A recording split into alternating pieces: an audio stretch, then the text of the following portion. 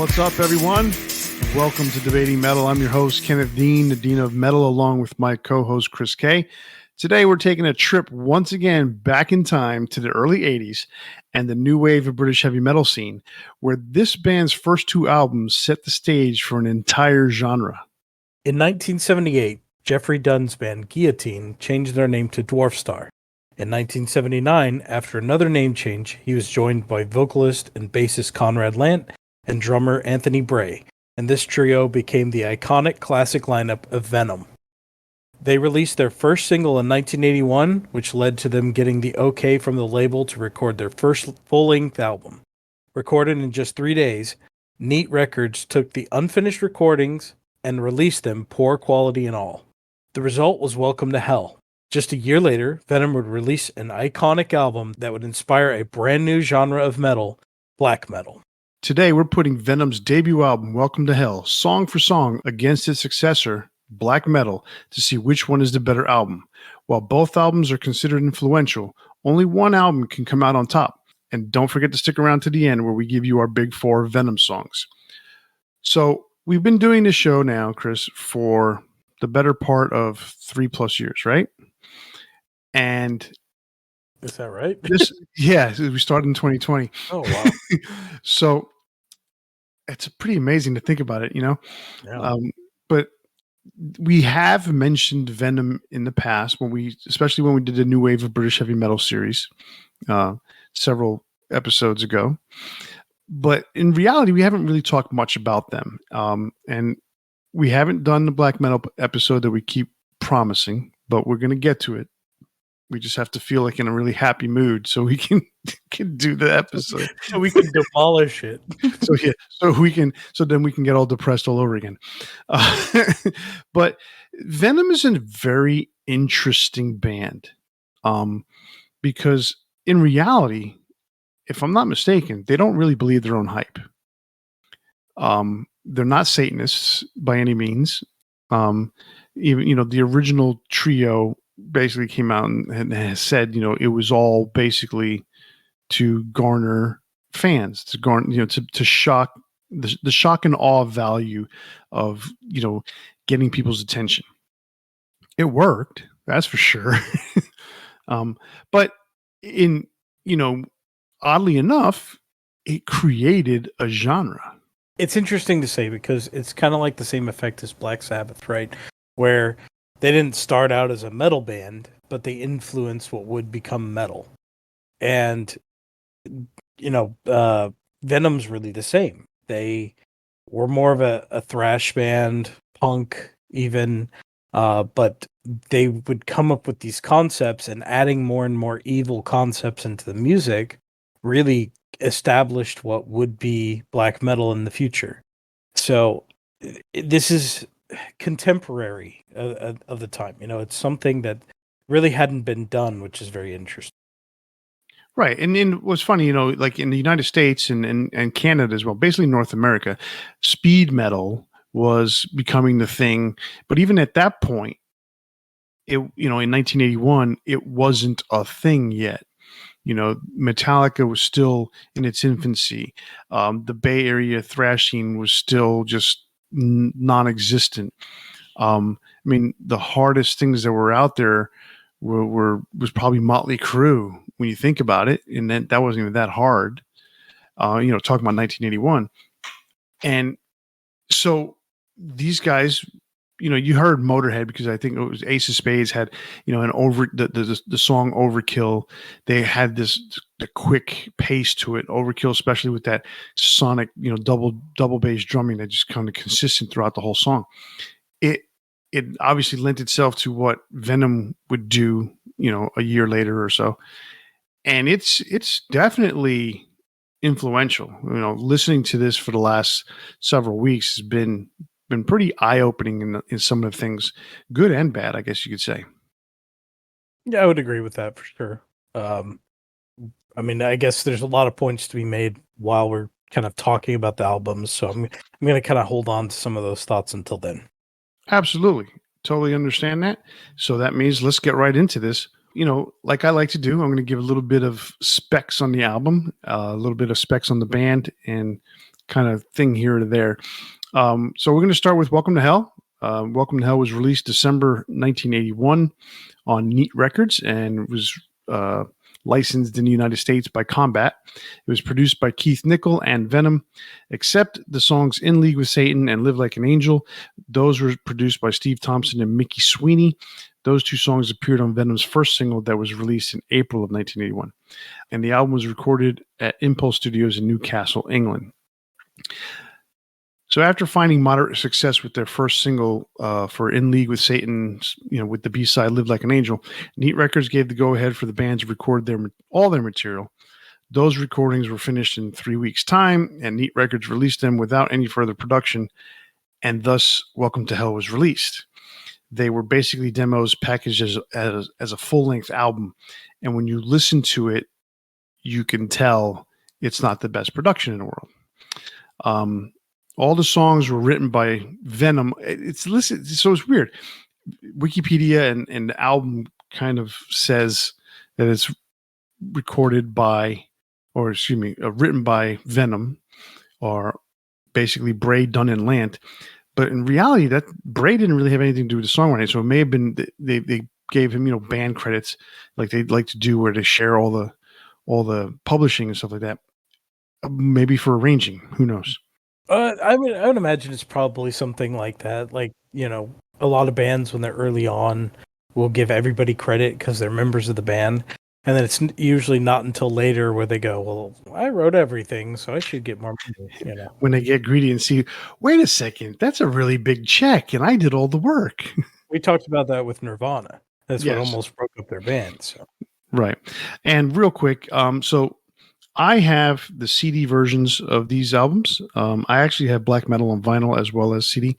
The CDs, I have remastered versions from 2009, and they don't have any lyrics in them or anything like that. Actually, when you open the pamphlet, it just says it has all these Combat releases that you can look into buying if you like this music or anything else. But there is an interesting thing on the back of the liner notes. And so the first thing that you were exposed to as a fan or as someone who bought the album, it says, "We're possessed by all that is evil. The death of you, God, we demand. We spit at the virgin you worship and sit at Lord Satan's left hand. To be continued."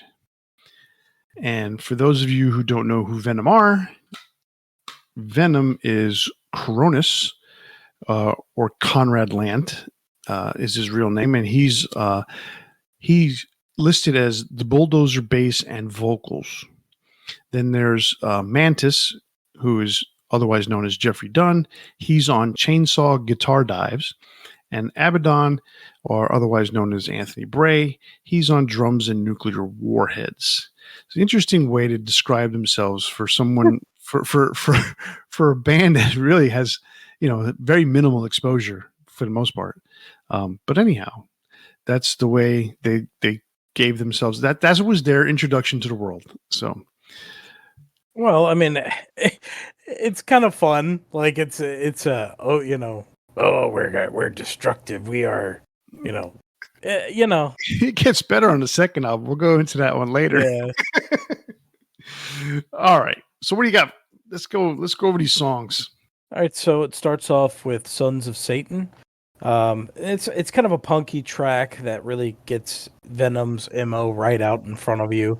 It's a punk metal sort of anthem for the band in their early form, talking about what they're all about. It's rough. Again, it's punk. It's expressing their love of evil. What more do you want? I want more. I want more.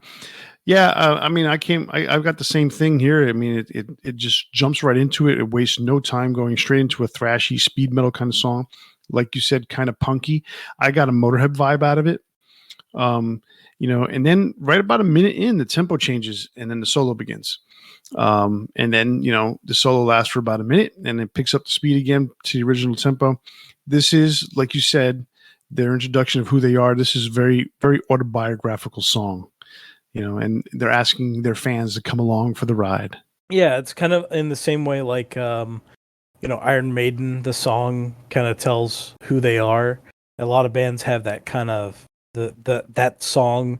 It doesn't necessarily have to be the title or titled the name of the band, but it gets across like this is us, right? So it's a good way to start the album, I think. That goes into track 2, which is Welcome to Hell.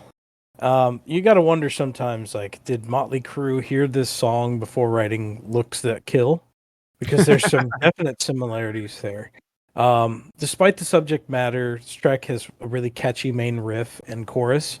It's interesting to kind of hear early occult music or early occult metal, where it's it still has those dark elements, but it's still really catchy. The thing about this is that I mentioned it at the beginning, these guys were doing it more for shock, and awe. The general shock value that they were trying to get and achieve, they did. So they didn't necessarily, after the show, it was they took their stuff off, they went home, they did their thing,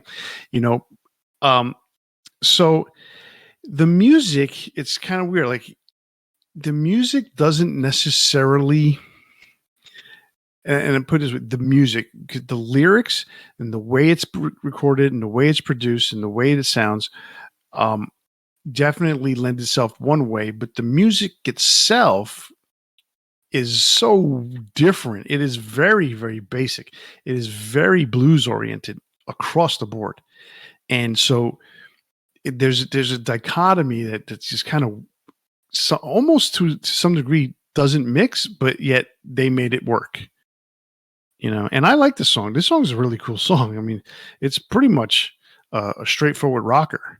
It's got a really cool main riff, and it's got a catchy melody. It's catchy pre-chorus, catchy chorus. So it's a pretty cool song. For into, as you're diving deeper into the dark side of music and stuff like that. And there's about a minute and a half in, there's a female voice that comes in and does a spoken word part.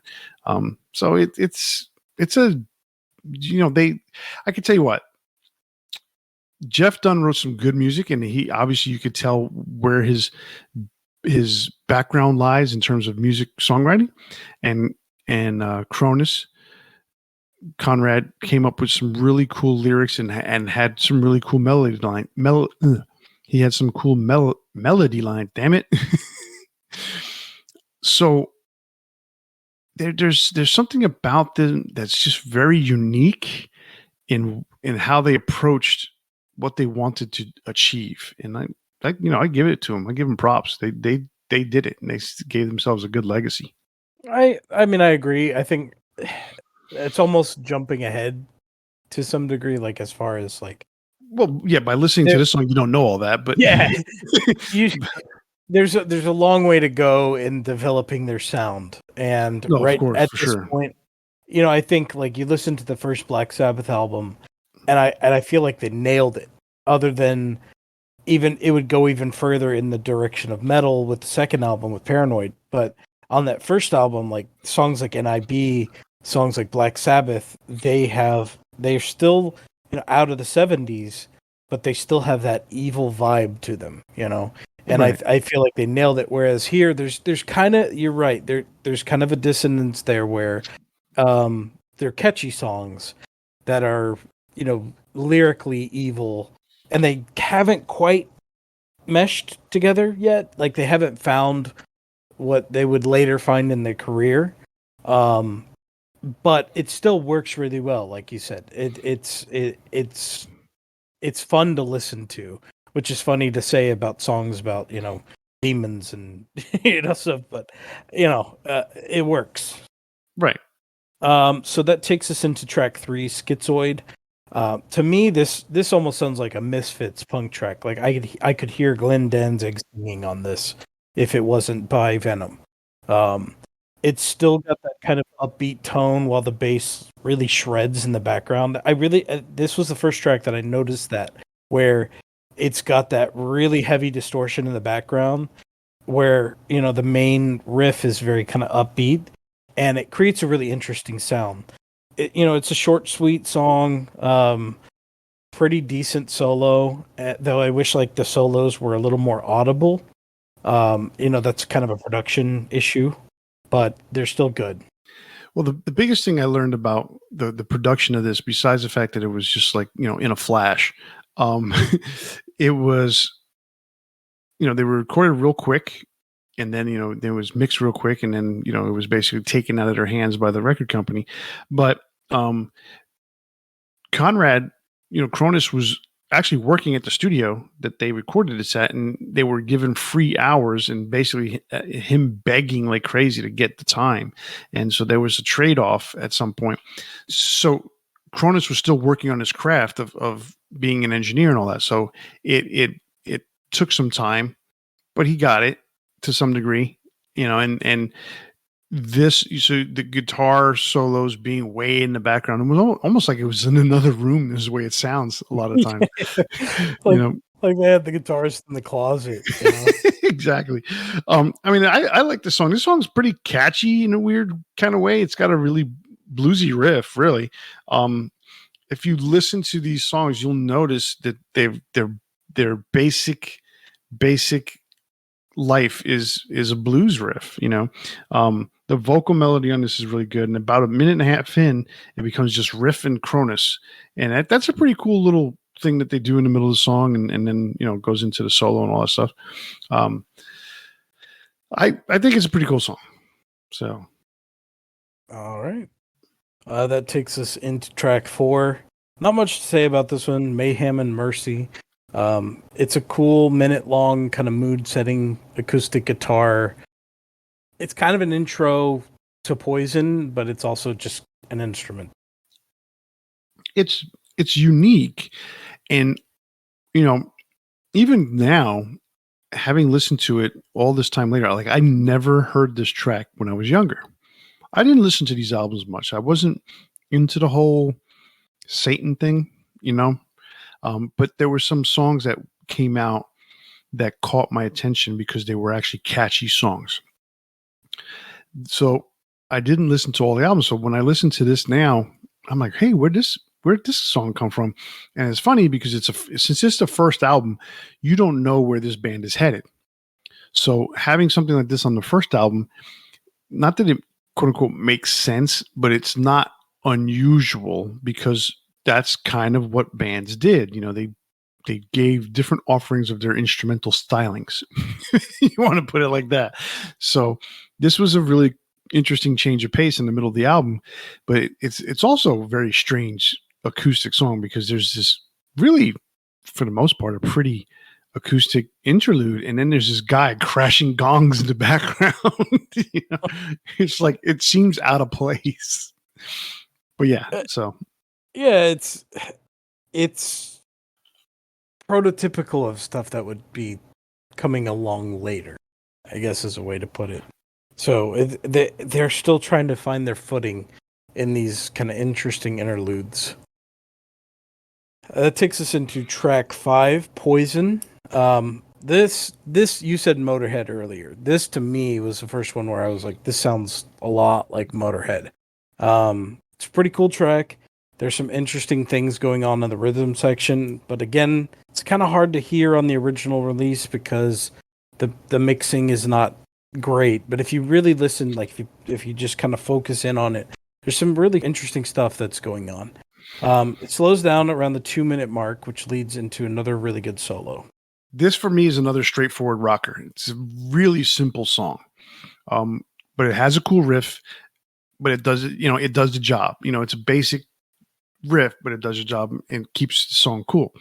What I like about this song is it really doesn't center around the satanic themes that they had been trying to imply in the earlier songs, where this one's more about sex and nature. It's a sexual song, but there's still a little evil bend to it, So yeah, I mean, there's different themes through the songs where, some are about the occult, some are about more realistic things, and then there's like even sexual natured songs, which we'll talk about even more later.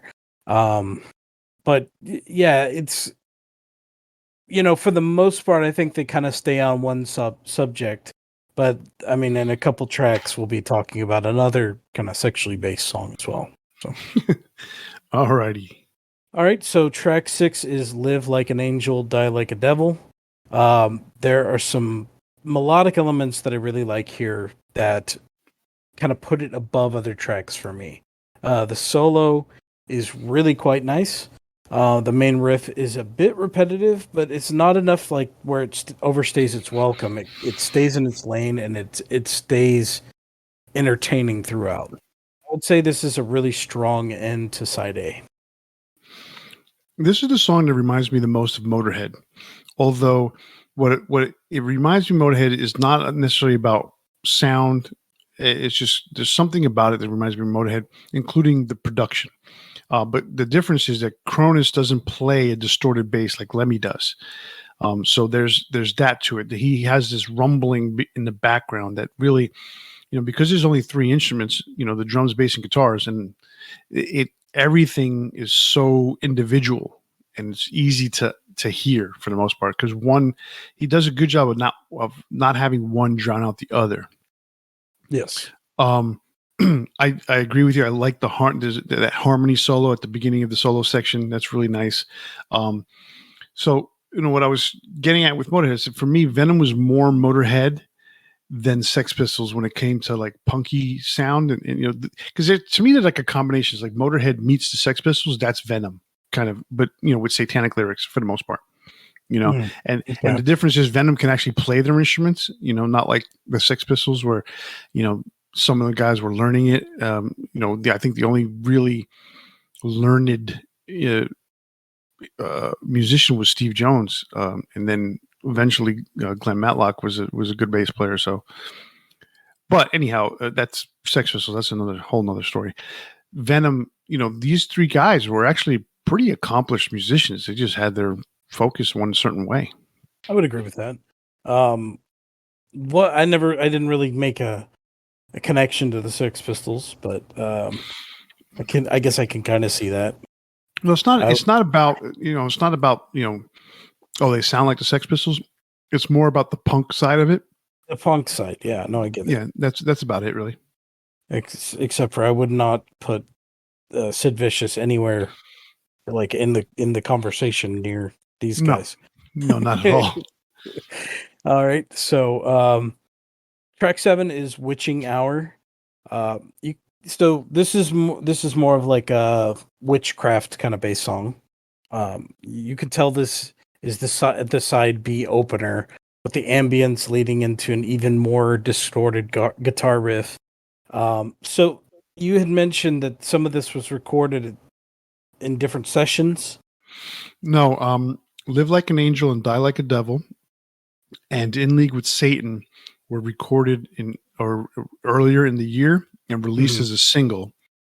Okay. And then they went in to do the rest of, they got permission to do all the songs that they had in their repertoire. But when they took the music, when Neat Records took everything, they just basically put Live Like an Angel and In League with Satan. They just took the original release and they put it on this album. So so everything else other than those two songs have a slight different sound. So what's weird is the side B sounds drastically different than side A. Like it just the quality's not the same. The guitar solos are more audible, and it's very recognizable on this track. It sounds like maybe this was recorded on the first day, and the other stuff was recorded on the third day or something, because it really is very different. It's, I would say, more archaic like than what you hear on side A. It definitely carries the mood over, but yeah, the solo to me really stood out because it was more audible. And besides being more audible, it's actually got some good finger work. It's a good solo. I mean, he does some nice finger tapping at the beginning of the solo, so that's really, so he's showing off his skills there. And that's really a pretty neat thing for this particular song and time period that we're in for Venom, And I agree with you. The song does start off kind of ambient. It's got some rain. It's got some bass chords going off, and it almost actually, if you listen carefully, it actually sounds like it's a record playing. So I don't know if that's actual scratching from a record or a sound effect that they added, or if that's part of the rain sound that's going in there that they hear, or that might have been where they got the sound from may have been a record that just had scratches on it. So that's kind of a weird thing how this added piece had that sound, like if it was from a record. Yes, I agree. But anyways, I mean, there's not a lot of lyrics on this one, but it's got a cool riff. So it's an interesting way to start the second side. Agreed. So track 8 is 1000 Days in Sodom. So if you're familiar with Sodom and Gomorrah, this is kind of what that's about. Sodom being, kind of a hedonistic society. The recurring riff is not bad, but aside from the instrumentation, I mean, this is a really funky solo, like super funky. Other than that, it feels like more standard punk. But I wonder, like, I really thought about it while I'm listening to it. And if you think about like 70s adult films, the funky kind of music that would play, Mm-hmm.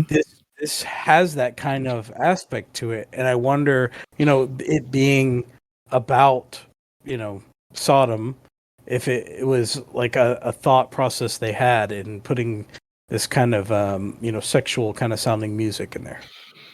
So knowing who Venom are, for the most part, the three guys that make up this band at the time, you think back about it, you're like, that probably most likely. Yeah. I don't know. For me, this is it's a mid-tempo rocker, almost sludgy to a degree, but not really. It's kind of weird to say it that way. For what Venom had established so far, this is kind of a sludgy song in, up to this 8th song on the album. It's got a catchy chorus, but it's actually a little bit more complex. It has varying speeds throughout the song. It kind of has like a bass solo kind of breakdown that leads into the guitar solo.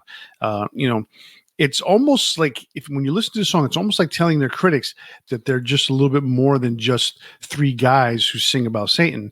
They're showing off to their critics that they are musicians, and it's also one of the longer songs in the album because everything's like really quick. Yeah, I mean it's got that punk aspect to it where the songs are kind of short. But yeah, this one is more of a fully fleshed out track. All right, track 9 is Angel Dust. It's a bit more chaotic which is kind of fitting because it's about drug use. It's got one of the few screams on the album, which is kind of interesting, where he's got more of a growl to his vocals throughout, but this one he does kind of that metal scream a couple times. It's got some complexity in the chord structure that's kind of somewhat hidden by the distortion. If you really take a listen to it and focus on it again, you can hear some interesting things going on with the instrumentation. Yeah, I agree with that. I mean, parts of the song that the chorus kind of leaves something to be desired because it just, it's a line leading up to the word angel dust, so it's kind of weird. It's definitely a speed metal song.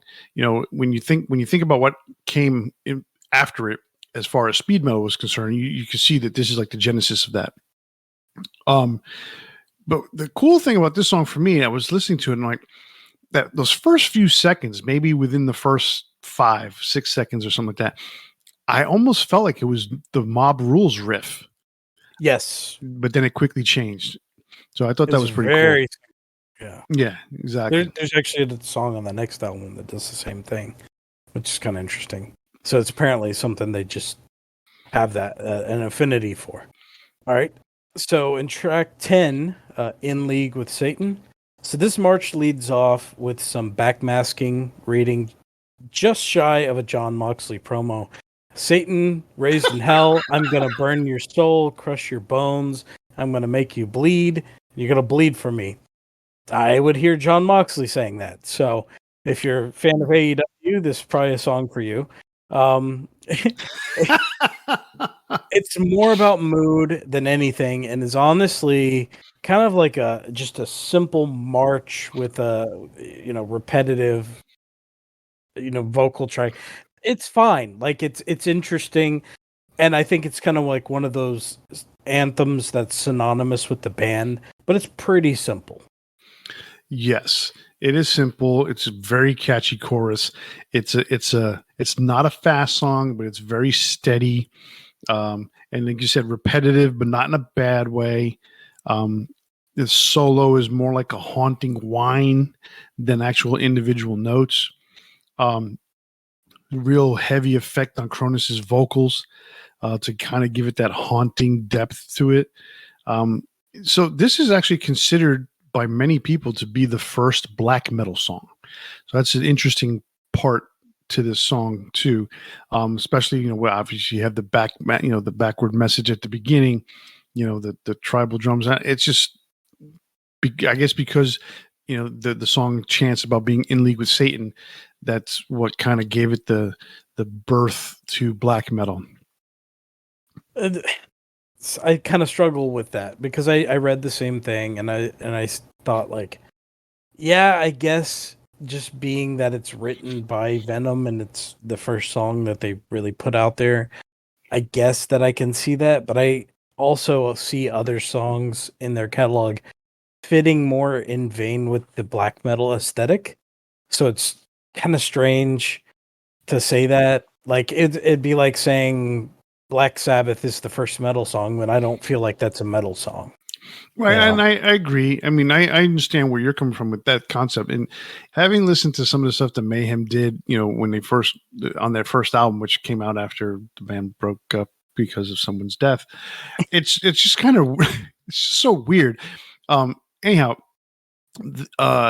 so I get that idea to it. So, but I think really what they're trying to get at with that is just because this came out first. This was the first song that Venom released, and the fact that it had a chant and it was about Satan, that's where it's the birth. So it's almost like walk before you run type of thing. So this is Yeah. the song that's walking, and then all of a sudden, the black metal bands ran. You know, so that's kind of where I can see that coming from because it was released first, and no one else had really done anything like that drastic. Yeah, that's fair. All right, that takes us into the final track of the album, Red Light Fever. The main riff is pretty cool. It's again got that kind of Motorhead feel, but much darker tone. It's got this strange noisy solo that creates a rather evil sound. I think it's a pretty decent closer. That by this time, I mean the albums aren't complete or very long per se, but when you've got 11 tracks, sometimes it starts to feel a little bit tiresome. By this point, I kind of feel that way, but it's still a decent closer to end that. Like I don't really have anything bad to say about it. No, I get where you're coming from there. This is a weird song in that it begins with a fiddle, and someone asking a question, but it quickly goes into its song. Um, it's a crunchy riff that begins the music part, and again, this is a non-Satan song. It's more sexual in nature, so there was a lot more sex involved in this particular album. And they were still Venom still trying to find their satanic way, but Mhm. they had it had to start somewhere, right? So, so yeah, so I agree with you. This is one of those songs that it's a decent closer, and we have now experienced the first Venom album. Yeah, it was quite the experience. I'm up to this point. I've heard certain songs. I've never been really super familiar with Venom, but it was kind of an interesting experience. I mean, for me, I could like reading up on it before I really started doing my review of it. I could kind of tell as I was listening which tracks were penned by Mantis and which tracks were penned by Cronus. So basically, they both brought in songs to this album, and then they sat together and they reworked them into being cohesive songs for this band, and reworked the lyrics, etc. But you could still feel that there was a little bit of like this guy wrote this stuff and this guy wrote this stuff. Yeah, I can see that. So you can tell they're really on to something. This is the beginnings of something bigger, but they're still kind of wading in the waters of punk and thrash. they do definitely, as we mentioned many times, like they have this kind of space in between Motorhead and more punkish bands. Because I know Lemmy has said like he they are punk at times, etc. Like, but Motorhead still had a very distinct sound, and so does Venom. They really set themselves apart from their contemporaries, and this is a really solid start to doing something like that. You know, it's very lo-fi, it's very low production, but that really even kind of is to their benefit to some degree, and the people that would be inspired by them definitely, took that into account. Yeah, they kept the trend going. Yeah. I totally agree with everything you said there. You know, the funny thing about the comparison between them and Motorhead, I mean, if you think about it, Motorhead had a particular sound. Venom had a particular sound. They're very similar in sound, but Motorhead is more kind of distorted and just stripping away the bass. So Mhm. the bass that Lemmy played was played through a distorted amp. The guitars were really um, stripped away of any kind of low end. So it was a lot of mid range, a lot of high end on the guitar sound. Yeah. That was Motorhead's sound. This is a little different than that. This is, like you said, you nailed it when you said lo-fi, because you can hear the distinct sound of the bass and it's rumbling. So there's no bass sound. You know, it's kind of weird to say it that way. Like there's Yeah, no like them. I there's mean, no bottom end to it, but it's yeah, not because he's playing distorted. He's just there's no bottom end. The yeah, but guitars, I mean, like you almost wouldn't think it's a bass. You think it's a guitar when you the right? way. Exactly. So, and then the drums were just kind of a little thin, and that just a lot to do with a low budget recording is more than anything else, and the same thing with the guitars. Yeah. Except they put Jeff in another room and closed the door and said, "Play your guitar as loud as you can." All All right. Okay. All right. So basically, a year later, Venom releases their second album, um, Black Metal, released in November of 1982, once again on Neat Records, Combat in the US, again produced by Keith Nickel and Venom. This time, there's a credit or information is out there that Conrad Cronus actually mixed the album. And it was recorded in the same studio, Impulse Studios, Newcastle, England, and it was recorded in just 7 days. And that's recording. That's not all the mixing and everything like that. So I think it was another 3 or 4 weeks total. So for what it's worth, this production on this album is definitely more advanced. We're not talking this is sonically great, but it's definitely more advanced than the It's a previous one. step up for sure. Yeah. Right. And once again, the songs are written by the band, or at least credited that way.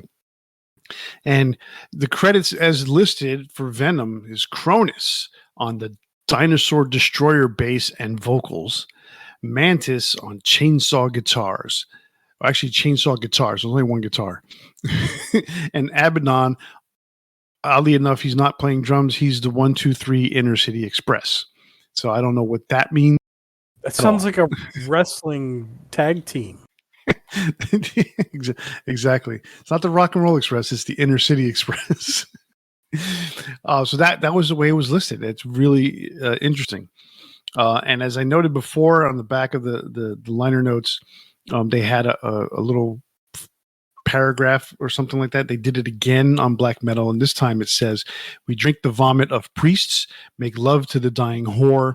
We suck the blood of the beast and hold the key to death's door, to be continued." So they obviously now they have this running theme between their albums.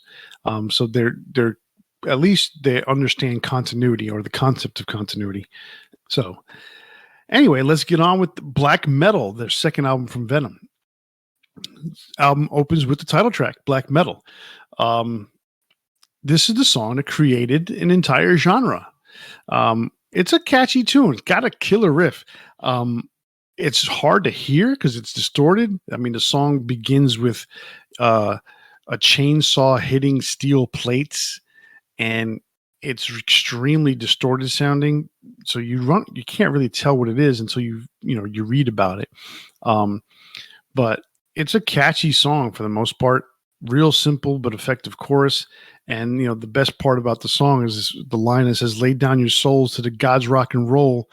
It's what else can you do? I mean, that's a great line all by itself. So,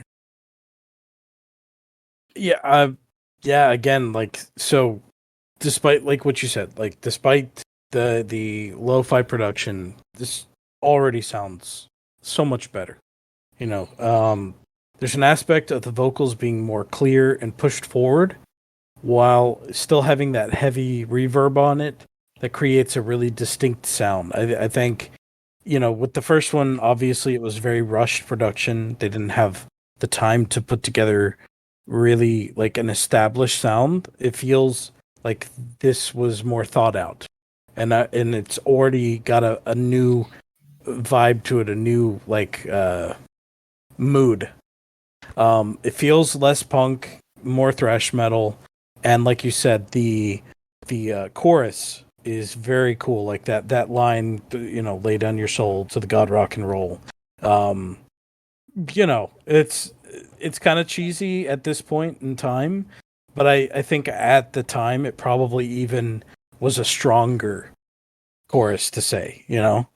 Oh, for sure. I mean, when you think about all the cheese that was, uh, put out there in the 80s, Mhm. this one, as much as everyone, considered Venom to be a joke, a lot of people, the fans didn't. So that's the thing that really sparked a lot of, back and forth between the fans and critics and stuff like that. And this was their rallying cry. It's So, not a whole lot different than Black Sabbath's, we sold our souls for rock and roll. And I'm not saying it's derivative in any way. I'm just saying like it still has that same kind of impact. And a band that was taken more seriously, like Black Sabbath, um, I don't see why this would be in any way a joke. But I guess it's just how people are.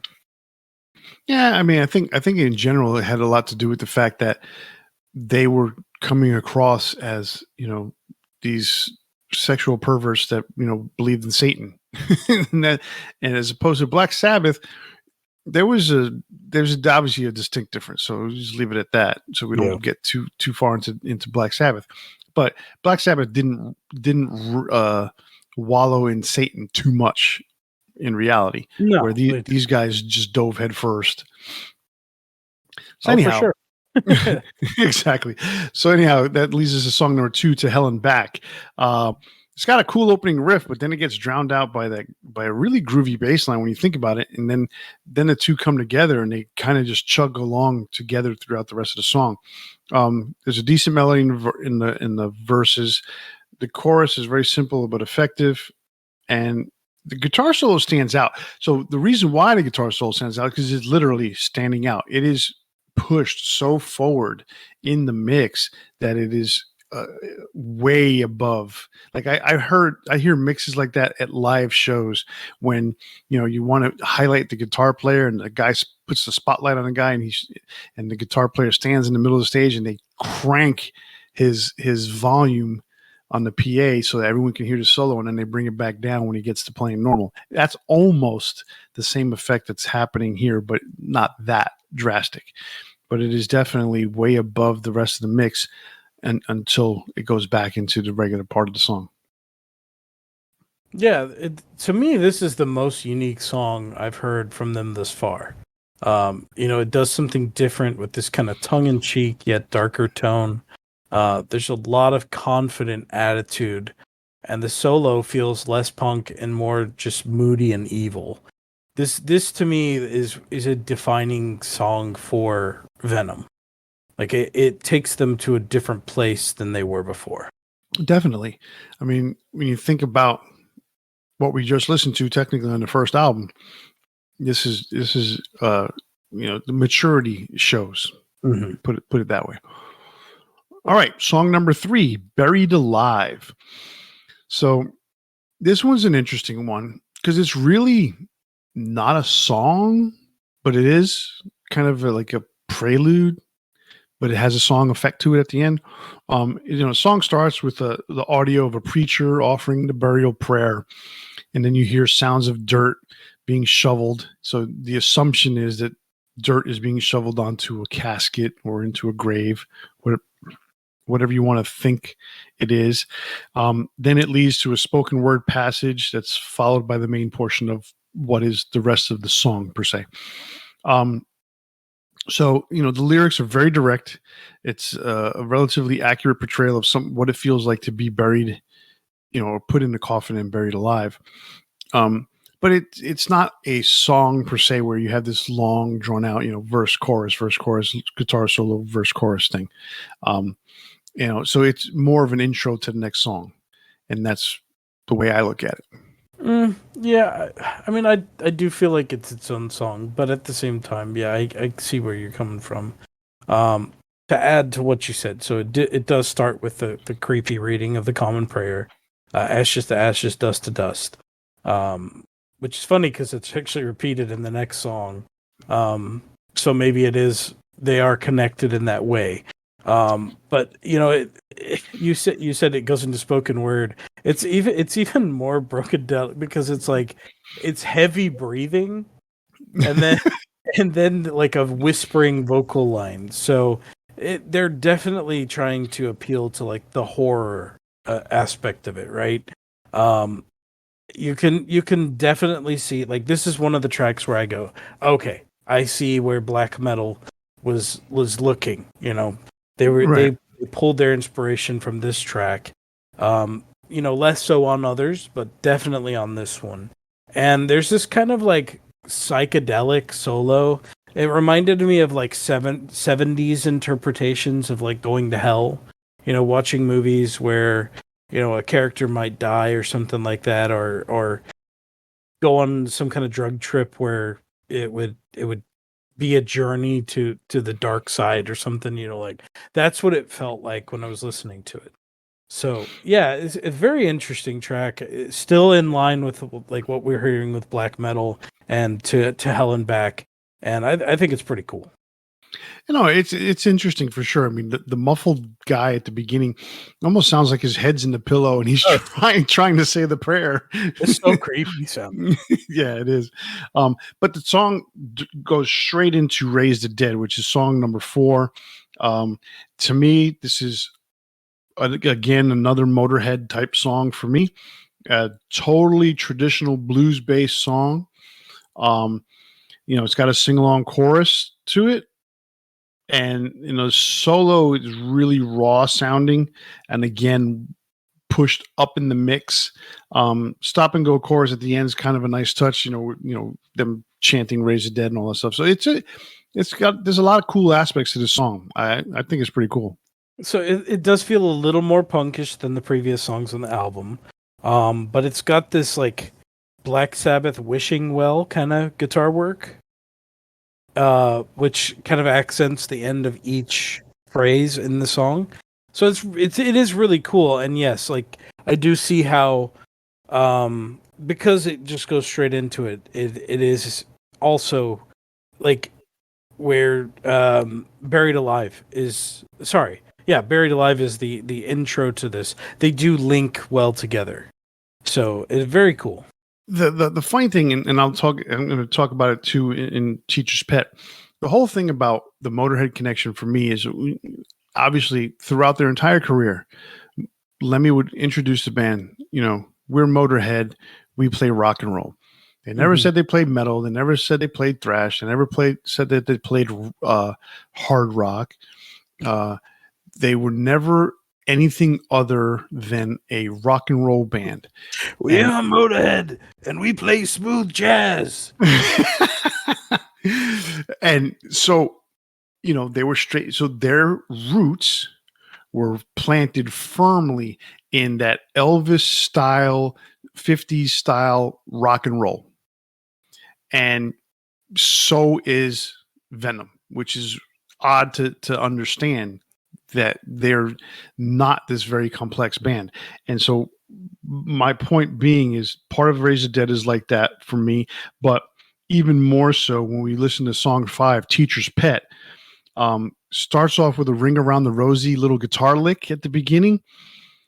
It goes for about a minute and 15 seconds, and then it literally turns into a straight traditional blues song a la Willie Dixon, B.B. King, and those kinds of blues players. I mean, it is literally a blues song.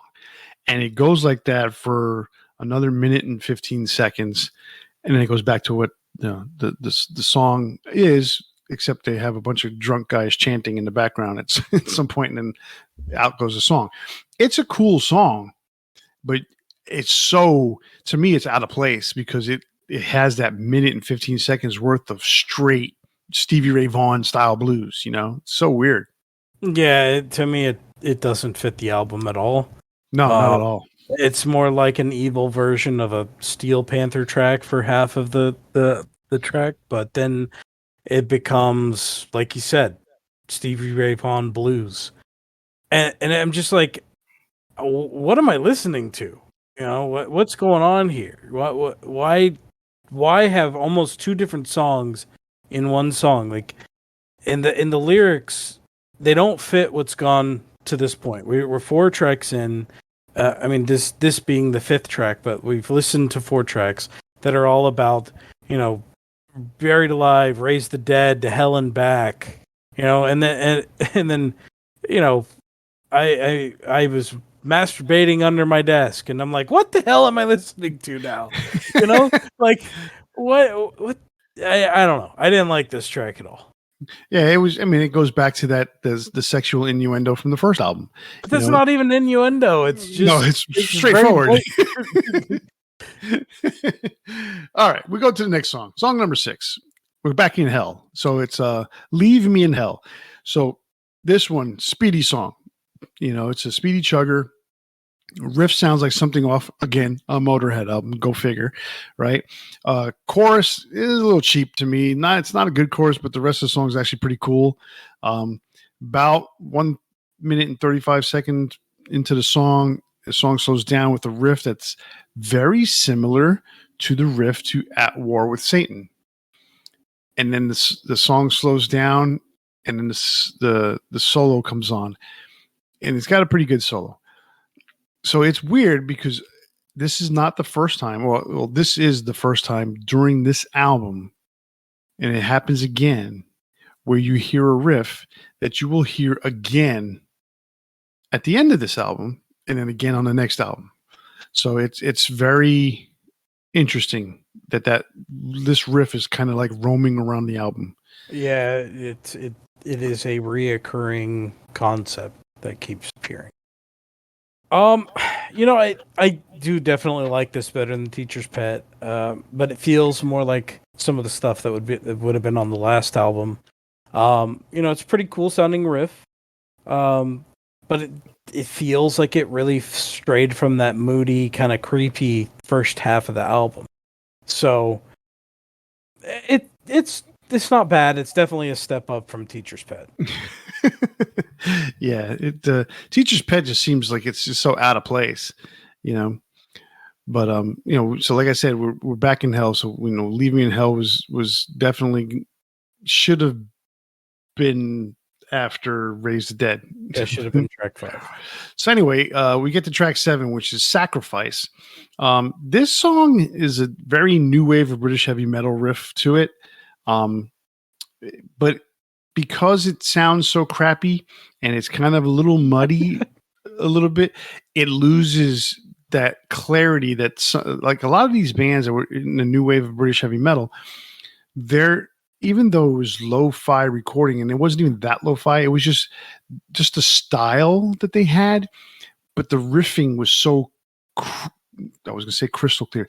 The riffing was so clear that the guitar work was really good.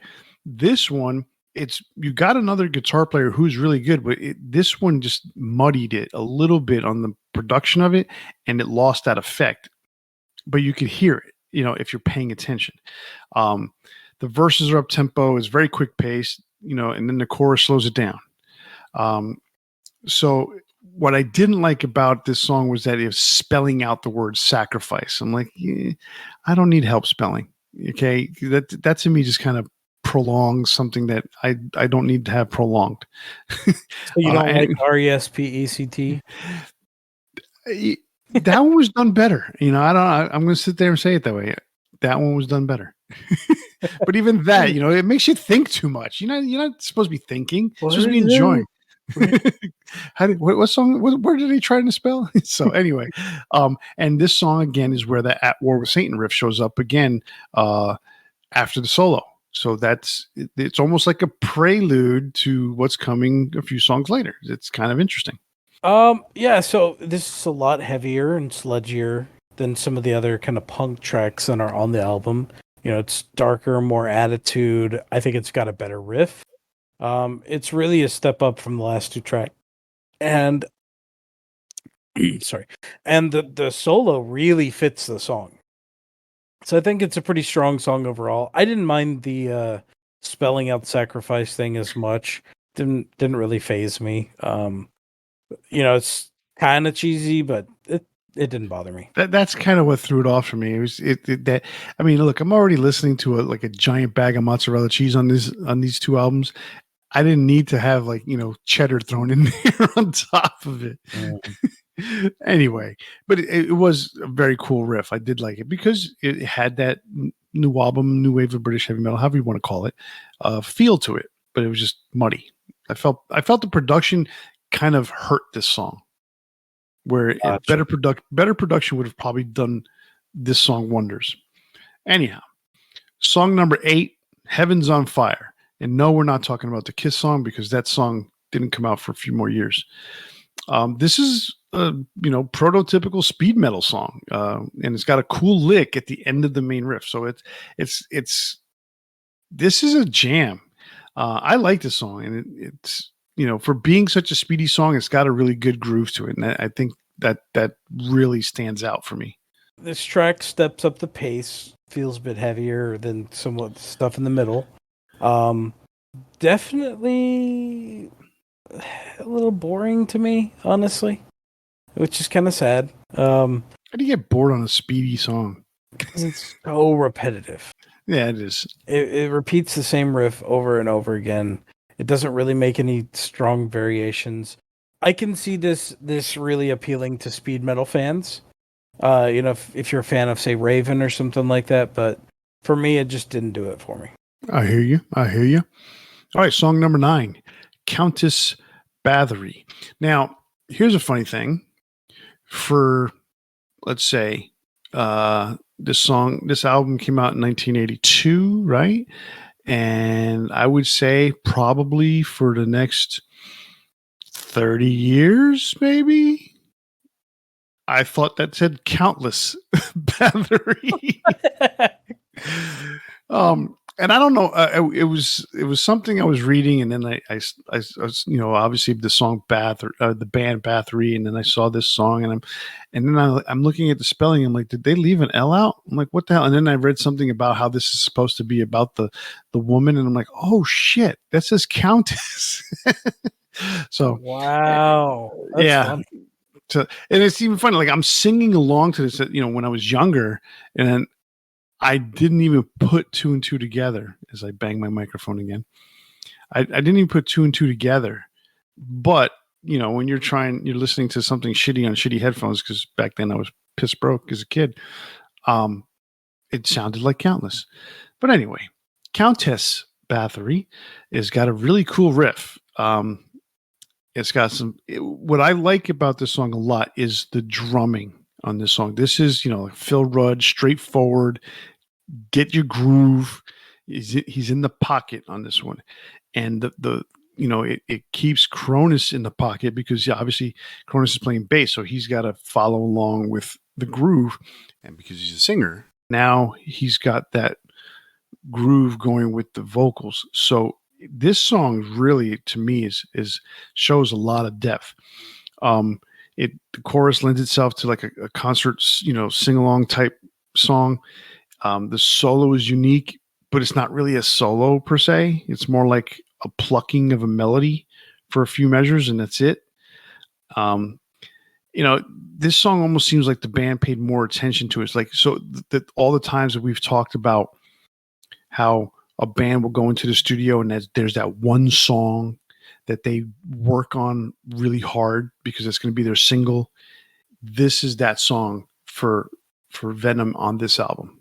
Yeah, I would agree. For me, like this is what I've been kind of waiting for since the first half of the album, since those first 4 tracks. Um, black metal bands had to have pulled tons of inspiration from this track. I mean, obviously, Bathory, the band, would have named themselves after Countess Bathory, like you said, but I wonder if, you hearing a song called Bathory, you go, oh, yeah, that's badass.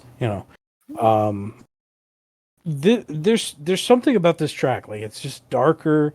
It covers a real murderer. I mean, Countess Bathory murdered hundreds of girls in Hungary in the late 1500s, tortured them.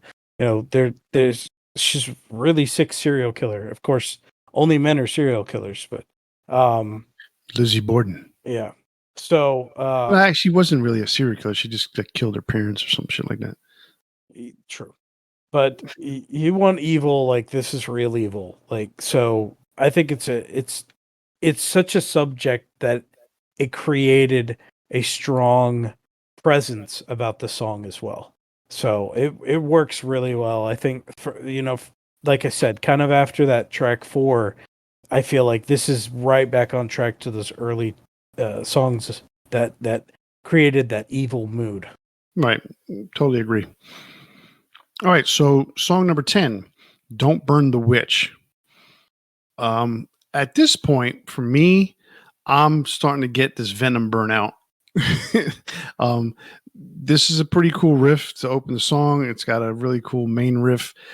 For the most part, at this point, I'm just, I've heard so much of this that it's a cool song. I don't have a lot to say about it. It to me, it's almost like a filler track, but it's not bad. It's just I've heard it before, kind of thing. So I think it's one of the stronger tracks, but I get where you're coming from. There's that album fatigue where when it goes too long, it can start to like you're bored of it, right?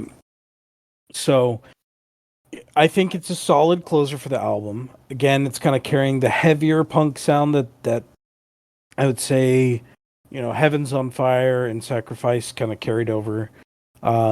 It's got a memorable riff, and it feels like a mosh pit song to me. Like when I heard this, I was thinking like this is the mosh pit song. In lieu of a true guitar solo, basically the guitar just adds another layer to the melody, and it's I think it's a pretty good track overall. If there wasn't that stuff in the middle, like Teacher's Pet and maybe Leave Me in Hell, I think I would be happier if this was an 8-track album where it goes straight from Buried Alive to, or no, I'm sorry, it goes straight from Raise the Dead to Sacrifice, and then through the rest of this, and I think it would have been like as solid as Slayer's best albums. But for me, it's that kind of middle point in there where it really detracted from the album and even hurts the later songs, which are really good, by maybe being a little bit too long, even though the runtime isn't too long. There's just too many songs, maybe. But wait, there's more. Kind of. Right, kind of. There's one more song to go. And this is the At War with Satan preview song. Cronus had this idea for an album coming up, and he's banking on the fact that he's going to have a third album for the most part. But he has this entire concept album ready to go. So they recorded basically the intro, or what would essentially be the intro to a song that was 20 minutes long, took up an entire side on their next album. It's 20 minutes, yeah. 21 minutes, yeah. Yeah, it's a long song. So the song intros with a spoken word passage with a lot of echoing and painful moaning and groaning, along with a bunch of undiscernible chants that are going on in the background. Um, and Cronus has a really, he's got this. He doesn't have like a Orson Welles deep voice, but he has that deep tone, um, and so he's saying whatever lines he's saying, and it almost feels like you're in a dungeon. That's the way it's supposed to feel. And then it all of a sudden, you get to this and it just goes into this really galloping bass line, and then the riff comes in, the whole band comes in, and they just start chugging along. It's a really cool galloping riff. Um, they begin to, or Cronus begins to sing. You only hear maybe 2 lines of the verse, It's and it about fades out. 15 seconds of it. Honestly. Yeah. Yeah. I mean, the verse that he's singing, it's got a catchy melody. So you're getting something and you're like, damn, that's like the ultimate thing. Like, I wish to some degree other bands would have used a very similar technique. The problem is that a lot of bands in I guess it would say in major labels don't have the guarantee that they're going to make another album. This is a small little tiny independent label in the middle of England. So he was basically running his own studio time because he was working for a studio. So he kind of had this concept. He knew what he was doing going into his third album, and that doesn't come out for another year and year and a half or so. So it's interesting. I think it's a pretty cool way to get fans riled up for something that you just bought a brand new album, and now you're getting the fans excited for your next album. It's a pretty cool concept. So I only had one line that I wrote. This is the Avengers The outro after the credits. after credits promo for the next album. I mean, yeah, it's cool. Like it's enough to get you interested, but it's only a little small fraction of a 21-minute epic. So it is a cool concept. I'd never seen something like that before. I'd never seen it before or since. So interesting. A quick tidbit on both these records or both these albums. Black Metal. So the CD that I have has 3 extra songs that were literally interspersed throughout the album. So it wasn't like they were bonus tracks that were added at the end. I had Acid Queen, Bloodlust, and Die Hard. Acid Queen and Bloodlust actually were consecutive songs, 5 and 6. So they took the place of, they came before Teacher's Pet. Interesting. And then Die Hard came in after At War with Satan. And then for Welcome to Hell, my CD has 2 songs called one in Nomina Satanis and Bursting Out, which I've heard those songs before, but it's just weird how and the CD doesn't mention anything about bonus tracks. The CD doesn't mention anything about added on. It's just almost like, yeah, we're going to put these songs on here and here you go, have fun. So, yeah, it's so I read there's the 2002 CD reissue, which has a bunch of extras, and then the 2009 remastered version. That's what I have, the 2009 remastered. Okay. Yeah, there's a lot of extras. It goes from 11 tracks to 22. Yeah, that's not the 2009 version. That's the 2002 one. Yeah. Yeah, I was like, wow, that's a lot. And it's funny because they list the 2009 and they list them as like 21 and 22, but it's actually like 11 and 12 or whatever it is. 12 and 13, I guess. Right. So anyhow, for Black Metal, Cronus's better experience with the studio really shone through on this album. It still had a raw sound, but I think that's what he was trying to achieve. He got what he wanted. There's a lot more studio effects on this album that added to the sound. It added to the depth of the album, and then still keeping a raw sound. So obviously this album's a step up in terms of production, but at the same time, he's keeping it a lo-fi style production. I think it's a pretty good album. Yeah, I mean, I can see the band has matured quite a bit in their production, like you said. but it's more along the lines of just knowing that pocket of how they want to sound, not necessarily, like because the guys in Mayhem, for instance, very famous black metal band, intentionally recorded in the way they did because they wanted it to sound cheap. They wanted it to sound lo-fi. And so you can hear from later recordings that sound much more um, quality in production, that it's not because they are bad at what they do, it's just because that's what they wanted to achieve. Well, Venom definitely did the same thing here. There's a better quality of production that gets the mood that they're trying to portray across.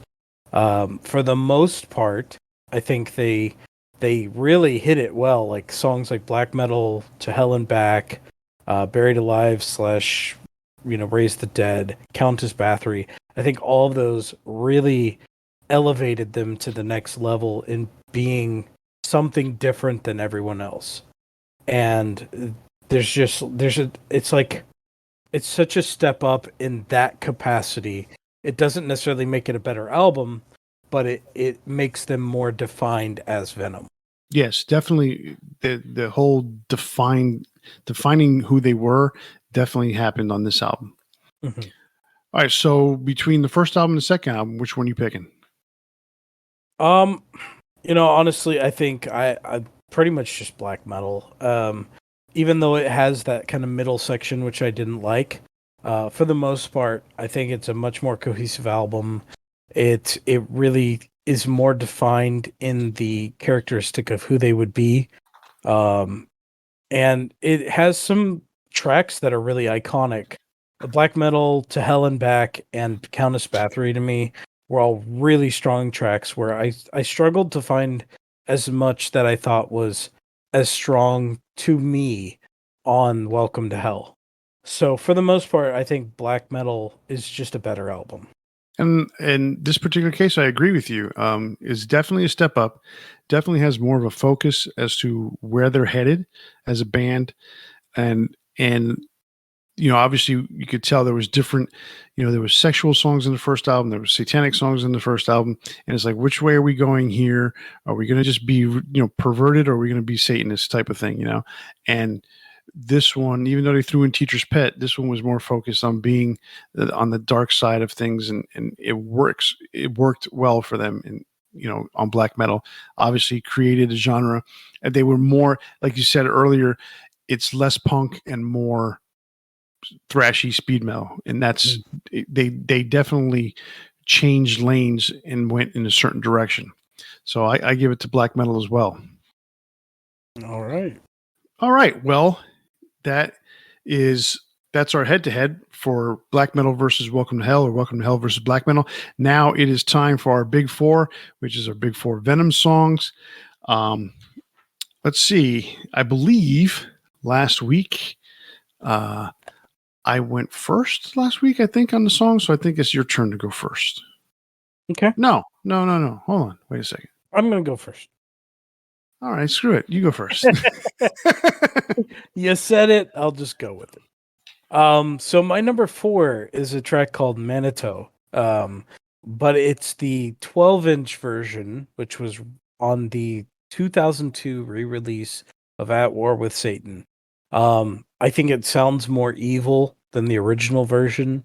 It has this kind of reverb over what's it called?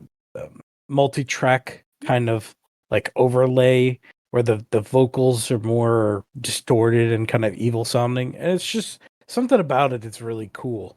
I had heard the regular version before, and I went through quite a bit of their catalog, and something about this one just really stuck out to me. I thought it was very cool.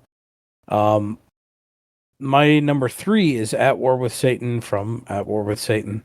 21-minute epic, very cool. We mentioned the preview at the end of Black Metal.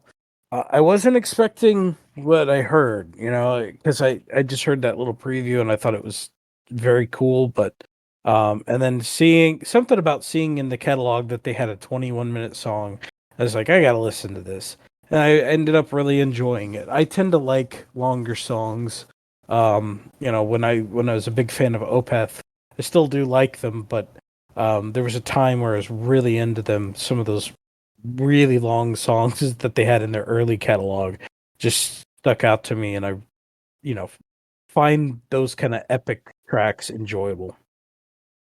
My number two is Countess Bathory off of Black Metal. Like I said, I think this is a really strong track, really interesting. It kind of sets the vibe for who they would be and what they would write in later albums. And something about it just really stuck out to me that this was like a higher level of writing for them. And my number one was To Hell and Back. I just think that's an awesome track. That the actual chorus to it, it's so simple, but it just the way he sings it, just with so much attitude. Like I really like that track. Cool. So you stayed all classic era. Pretty much, yeah. I listened to some of the later stuff, and I wasn't finding as much that I enjoyed. It's kind of surprised me because you know me, I end up oftentimes finding a lot of late era stuff with these bands that I'm like, that's really cool. But for the most part, I kind of stayed within those first few albums that I enjoyed a bit more. Gotcha. Now, for a lot of people who don't know a lot about Venom out there, right now, currently in 2023, there exists two different Venom bands, both of which contain original members from this Venom that we're talking about tonight.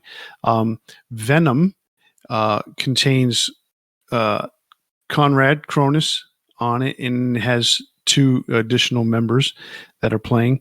And then there's Venom Inc., which contains, if I'm not mistaken, Mantis, Jeffrey Dunn, and Tony Demolition Dolan, who was the second bass player singer for Venom. And so it's a very interesting thing that's going on. They're Venom Inc. And then, you have the original Venom. So I didn't, listen to anything from Venom Inc. I didn't either. I didn't really consider it to be, even though they are a version of Venom, I didn't consider it to be the same. Yeah, and it was just weird because like you can almost say, well, look, you got the original guitar player, Yeah. right? And you have a bass player singer who was in for a long period of time. So it was kind of like, okay, well, yes or no. Well, I didn't bother. For me, I did listen to some of the newer stuff and I found one song that I liked. So that's actually my number 4 song.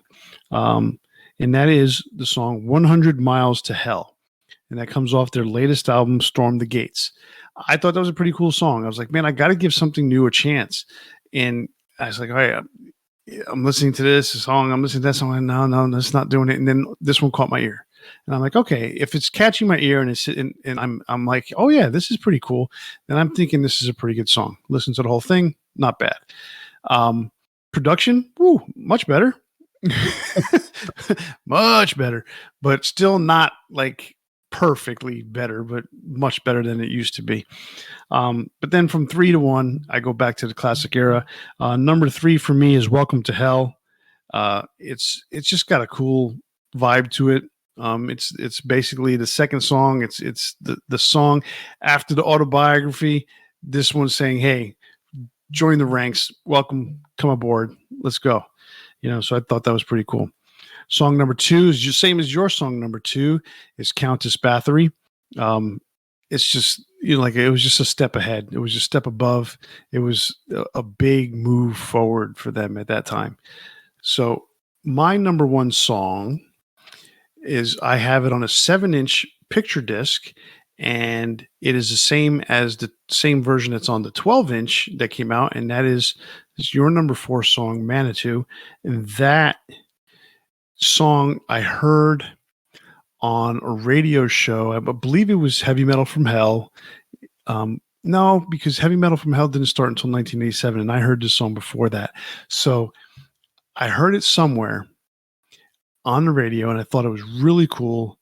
And I went out and I got what I could find, which was a 7-inch version, because why? It wasn't on an album. So I got it. I thought it was the coolest song for years. For years, I looked for it on a CD, and I found it on some sort of greatest hits type of thing for Venom, and it wasn't the same version. I was so disappointed. I'm like, wow, I want my version. And the 12-inch version is the one that you like, is the one that I like.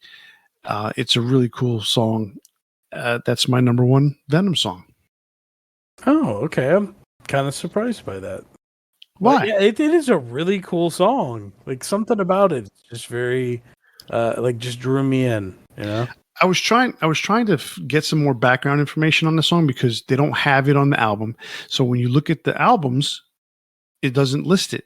Yeah. But on it shows it listed on the bonus tracks. So I looked up Venom Manitou, and I'm like, okay, what is about this? So I think it was in Encyclopedia Metallicum or something like that, or whatever is the Metallium Encyclopedia. Metallum, yeah. Yeah. It goes into that one, and the review on the song is so awesome, talking about how it's such a different song and it's recorded well and all sorts of different things. And it was such a positive review. I'm like, oh, this is pretty cool. And it's not because of the review. I love the song from when I was a kid. So, but man, I was so disappointed when I couldn't find it on the CD. I was like, come on.